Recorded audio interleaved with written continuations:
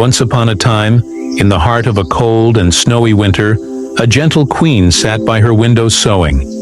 As she worked, she accidentally pricked her finger with the needle, and a few drops of bright red blood fell onto the white snow on the windowsill. Gazing at the vivid contrast of red upon white, she softly whispered, "I wish I had a child with skin as white as snow, lips as red as blood, and hair as black as this ebony wood." Not long after, her wish came true. The queen gave birth to a baby girl who looked exactly as she had dreamed. Skin as white as snow, lips as red as roses, and hair as dark as midnight. "We shall name her Snow White," said the queen with love. But joy soon turned to sorrow, for the queen died shortly after the child's birth. A year passed, and the king remarried. His new queen was beautiful, breathtakingly so. But she was also proud, vain, and cruel. She could not bear the thought of anyone surpassing her beauty. She possessed a magical mirror, and every day she would stand before it and ask, "Mirror, mirror on the wall, who is the fairest one of all?" And the mirror would reply, "You, my queen, are the fairest of them all." That answer always pleased her, until one fateful day, when Snow White had grown into a beautiful young girl. At just 7 years old, Snow White's beauty already outshone that of the queen. When the queen asked her mirror the same question, the mirror replied, "You are fair, O queen, it's true, but Snow White is fairer than you." The queen's heart filled with rage.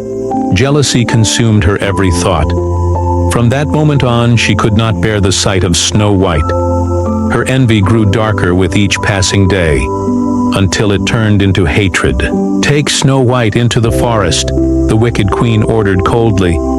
"Kill her, and bring me her heart as proof that she is dead." The huntsman bowed his head and obeyed. He led Snow White deep into the dark forest. But when he drew his knife to carry out the dreadful command, Snow White fell to her knees, her eyes filled with tears. "Please, dear huntsman," she cried, "don't hurt me. Let me go, and I promise I will never return." The huntsman looked at her innocent face and felt his heart break. She was far too kind, too gentle, and too beautiful to harm.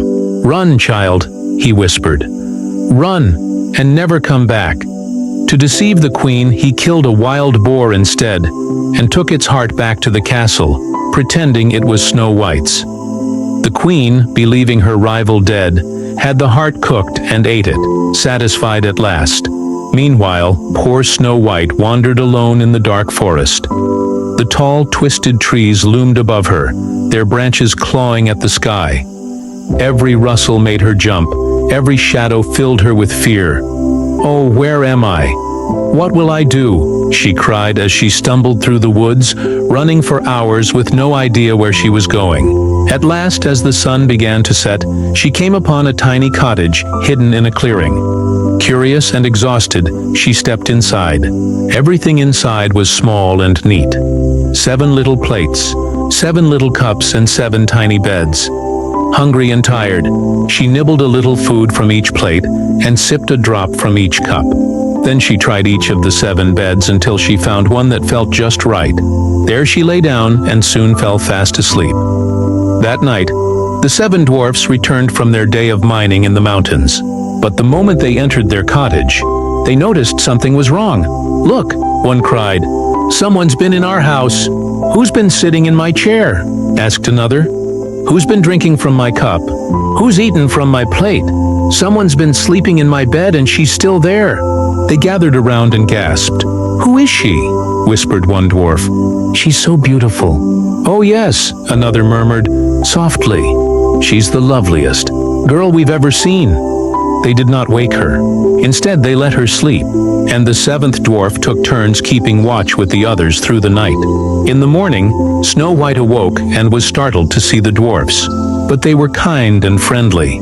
They asked her name and how she had come to be in their home. Snow White told them everything: the wicked stepmother, the huntsman who had spared her, and how she had wandered the woods until she found their cottage. "If you stay here and keep the house tidy, cook, clean, sew, and wash, you may live with us. We'll protect you," they offered.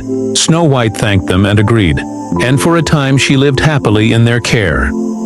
Before they left each morning, the dwarfs warned her, "Be careful, don't let anyone in. Your stepmother will soon learn you're still alive." Back at the palace, the queen stood once more before her magic mirror.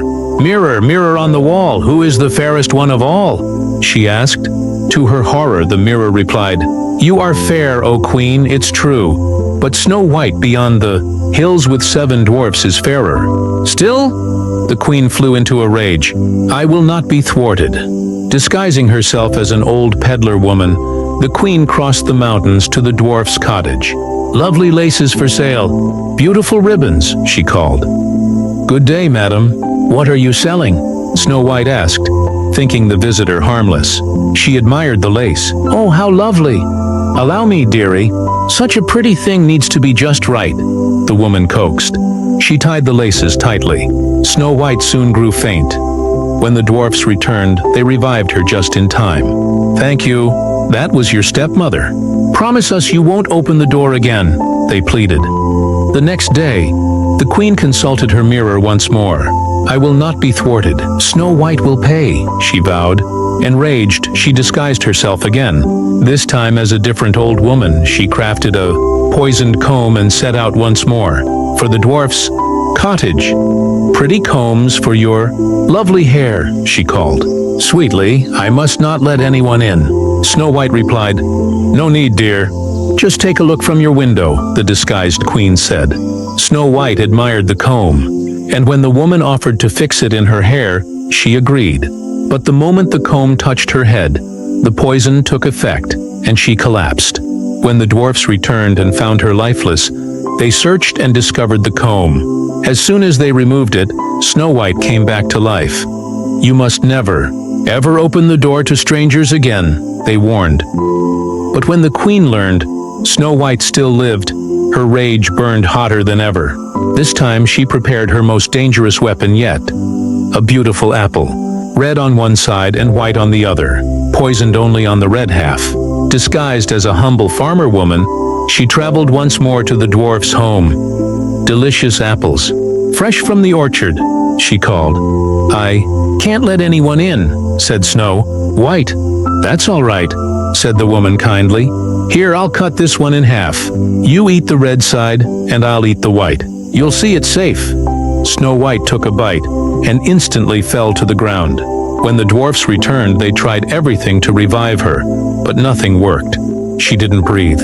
She was gone. For 3 days they wept beside her, then built a glass coffin, and placed her within it, high on the mountain. One of them always kept watch. Meanwhile, the queen stood before her mirror once more. "Mirror on the wall, who is the fairest one of all?" "You, my queen, are the fairest of all," the mirror replied. One day, a prince riding through the forest saw the beautiful girl in the glass coffin, reading the golden letters, "Snow White, daughter of a king." He was moved by her beauty and innocence. "Please, let me take her with me," he pleaded. "I will honor her memory always."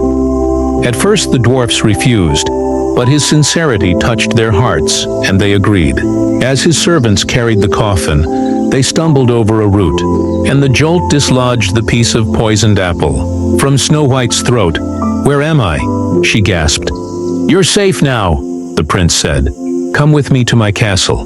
"Will you be my queen?" Snow White smiled and agreed. A grand wedding was held, and joy filled the land. Still believing Snow White dead, the wicked queen was invited to the celebration.